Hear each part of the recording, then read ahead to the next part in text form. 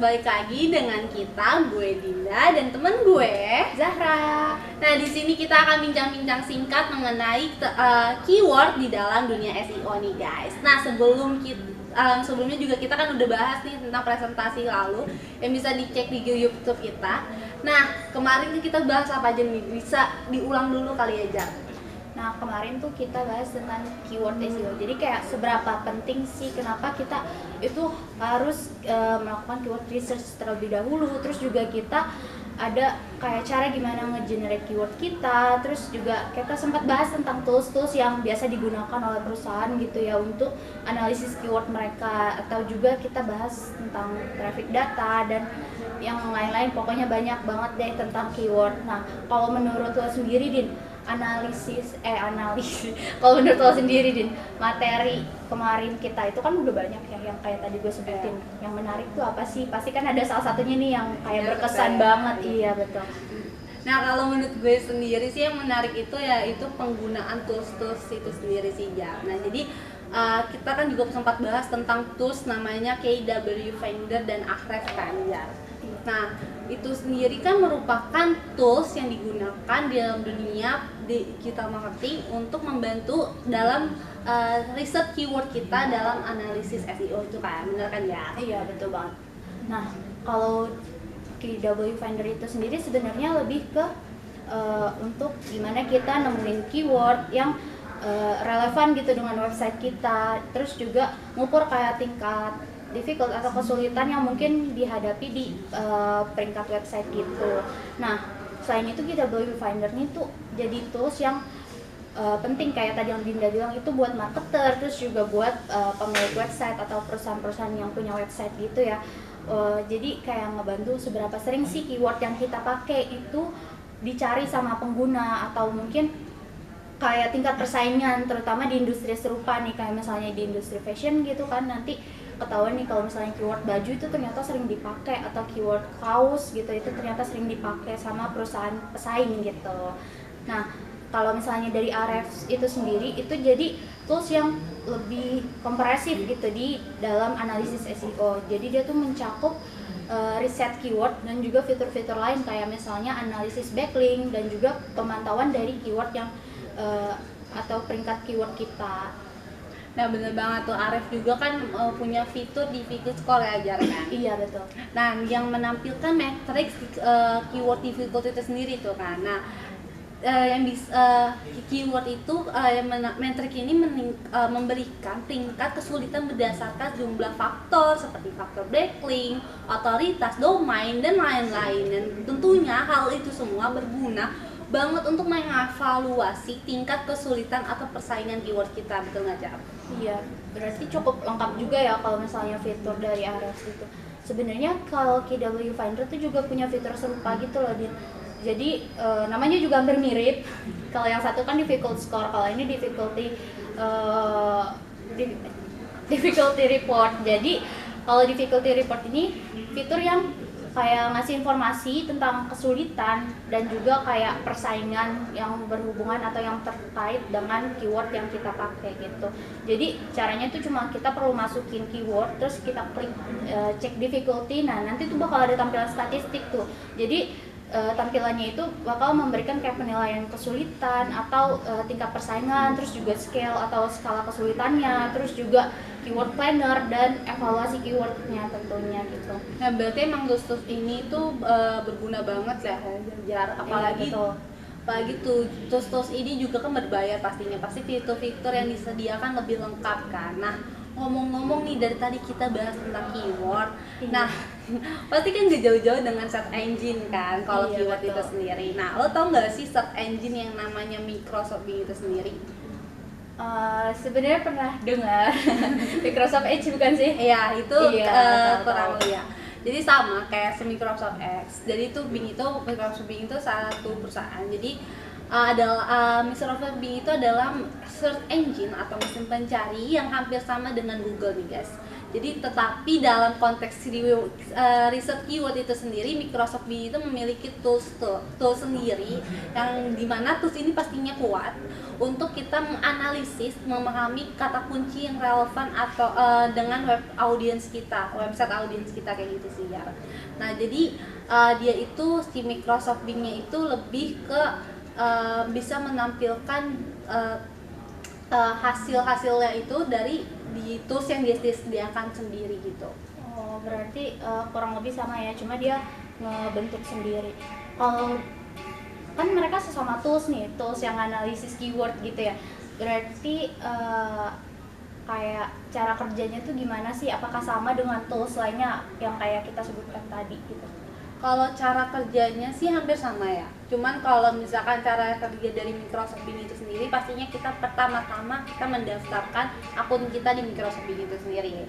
Nah, selanjutnya kita akan diarahkan ke memasukkan link website kita miliki. Misalkan kita punya website A gitu, atau kita mau menganalisis website kita, website perusahaan kita atau apa gitu. Nah, kita masukin nih URL-nya atau linknya.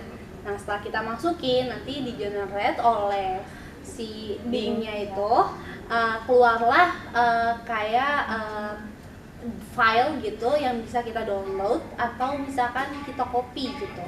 Jadi file itu kita masukin lagi ke WordPress atau website kita, file-file website kita. Jadi ibaratnya itu untuk memverifikasi. Jadi biarin si Microsoft Bing ini bisa menganalisis menganalisis website kita yang kita punya gitu. Iya. Jadi setelah diverifikasi di website kita juga, terus juga kita balik lagi nih ke Microsoft Bing itu sendiri. Jadi nanti setelah kita verifikasinya semua telah selesai, kita ditampilkan data-data dari hasil dari Microsoft Bing itu sendiri. Jadi ada data-datanya itu ada keyword yang kiranya kita buat audiens kita nantinya kayak gimana, terus jadi bagaimana saran-saran untuk website kita agar optimalisasinya ke depan kayak gimana, kayak gitu sih ya. Berarti emang cukup lengkap juga ya kalau dibandingkan sama tools-tools lainnya yang serupa gitu kan. Nah, karena di industri yang sama nih istilahnya, berarti kan harus ada yang namanya keunggulan gitu kan, ada yang namanya competitive advantage. Nah kalau dari si Microsoft Bing itu sendiri, toolsnya punya keunggulan apa sih dibanding sama tools-tools lainnya yang serupa gitu? Oke, kalau tools-toolsnya mungkin lebih keunggulannya karena dia bukan berbayar ya atau gratis gitu. Jadi kalau untuk kita seorang mahasiswa Iya betul mau nganalisis website organisasi kita kayak gitu, atau buat tugas gitu ya, atau buat ya. Tugas kita ya, benar, kayak tugas karena pasti kan kita apalagi bisnis digital kan, kita punya website sendiri. Nah itu kita bisa menganalisis nih website kita kayak biar website kita berada di paling atas kayak gitu. Nah itu bisa make yang gratis-gratis dulu kayak Microsoft Bing itu sendiri gitu. Oh berarti emang cukup unggul lah ya, karena dari segi gratisnya mungkin kayak buat kita yang emang mungkin buat nugas gitu, atau mungkin yang emang belum punya dana gitu untuk nyari untuk pakai tools yang bayar, mungkin jadi kelebihan sendiri gitu ya Din.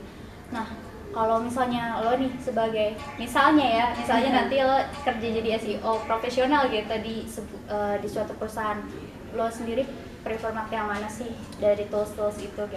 Lebih prefer mana? Itu sih kalau gue lihat dari perusahaannya kayak gimana gitu. Kayak misalkan perusahaannya itu perusahaan besar ya pastinya yang berbayar dong, karena entah hasilnya pasti kan yang dikeluarkan oleh fitur-fitur yang berbayar pasti lebih oke gitu ya. Apalagi buat perusahaan ya gitu. Tapi kalau misalkan kita mau nganalisis, kalau gue analisis perusahaan gue atau organisasi gue khususnya, itu ya lebih prefer ke yang nggak berbayar sih, karena kan seorang mahasiswa gitu kan. Tapi kalau misalkan cuman perusahaan gue juga yang kecil, nantinya perusahaan kecil ya, untuk keuangannya juga kan kita bisa lihat dari keuangan kan, dari mengurangi kos-kos yang ada gitu. Iya betul banget, yang penting gratis ya, yang penting masih bisa dipakai. Kita betul banget. Nah kalau menurut lo sendiri nih Jar, kalau lo dari sisi lo kayak gimana nih? Kalau tadi kan sisi gue kan lihat dari perspektif kan. Nah kalau lo kayak gimana? Kalau gue ya tergantung juga gue posisinya sebagai apa nih di sini. Kalau misalnya emang gue sebagai mahasiswa ya gue bakal milih, atau misalnya gue sebagai pelaku UMKM gitu yang ngasih emang dananya cukup buat produksi aja gitu kan, itu kayak gue bakal lebih milih yang gratis dulu aja gitu kan. Karena emang apalagi kalau dari Microsoft Bing itu sendiri kan cukup lengkap sebenarnya kan, walaupun gratis tapi lengkap gitu. Jadi kayak ya udah gitu, gue bakal milih yang gratis. Tapi kalau misalnya emang gue kerja kayak SEO profesional di suatu perusahaan, atau emang gue punya perusahaan yang emang udah gede gitu ya, itu sih gue bakal lebih milih yang berbayar. Selain fiturnya itu tadi mungkin lebih lengkap dan lebih jelas gitu data-datanya, kalau yang berbayar tuh kayak cenderung keamanannya gak sih Din, apalagi kalau perusahaan tuh kan menyangkut data perusahaan ya, agak serem. Iya betul, agak serem gitu kalau misalnya data kita jadi kemana-mana. Makanya jadi kalau emang finansial dari perusahaannya cukup, kayaknya mending yang berbayar gitu. Tapi sebenarnya ada satu tools lagi Din, itu Google Search Box. Jadi iya, jadi Google juga nyediain, bukan cuma Microsoft, Google juga nyediain. Banyak ternyata. Iya, banyak banget sebenarnya. Cuma kalau Google Search Box ini bisa diakses cuma sama pelanggan dari Google Ads. Jadi yang kalau misalnya kita ikut kampanye Google Ads itu kita baru bisa mengakses. Jadi kita bisa menganalisis keyword kita. Tapi ada kelemahannya juga kalau misalnya Google Search Box ini, selain kayak cuma bisa kalau kita berlangganan, dia juga agak kurang relevan gitu, karena dia cuma menganalisis dari sesama pengguna Google Ads. Jadi tingkat persaingannya pun ya di dalam sesama Google Ads aja gitu, sesama pelanggan Google Ads. Jadi kalau misalnya itu balik lagi sih ke preferensi kalian. Tapi kalau misalnya emang kalian tuh punya udah berlangganan sama Google Ads, itu mungkin bisa dipakai karena kan sekalian juga ya kayak fitur tambahan gitu dari Google. Nah, sedangkan kalau misalnya emang kalian masih pelaku UMKM atau mahasiswa yang cuma sekedar tugas saja, itu mending yang gratis aja sih. Tapi kalau emangnya perusahaan besar, boleh dipakai tools-tools yang berbayar yang ada gitu, yang disediakan gitu kalau gue. Berarti balik lagi sama kayak tadi, preferensi yang baik ya kan? Iya, preferensi kita aja sama kayak kebutuhan lah gitu istilahnya. Kebutuhannya kayak gimana ke depannya kayak gitu. Nah mungkin udah banyak banget ya nih Jar ya, kita bahas dari keyword awal sampai kita bahas tentang Microsoft Bing, terus ada terus baru ya kan, terus baru yang dari Google itu juga. Nah banyak banget nih Jar, gimana nih? Betul. Nah durasi juga mungkin udah cukup ya Din ya. Penontonnya juga udah pada bosen gitu dengerinnya, jadi kayak kita closing aja nih Din. Oke, mungkin sekian dari kita. Thank you guys and see you next time. Bye bye.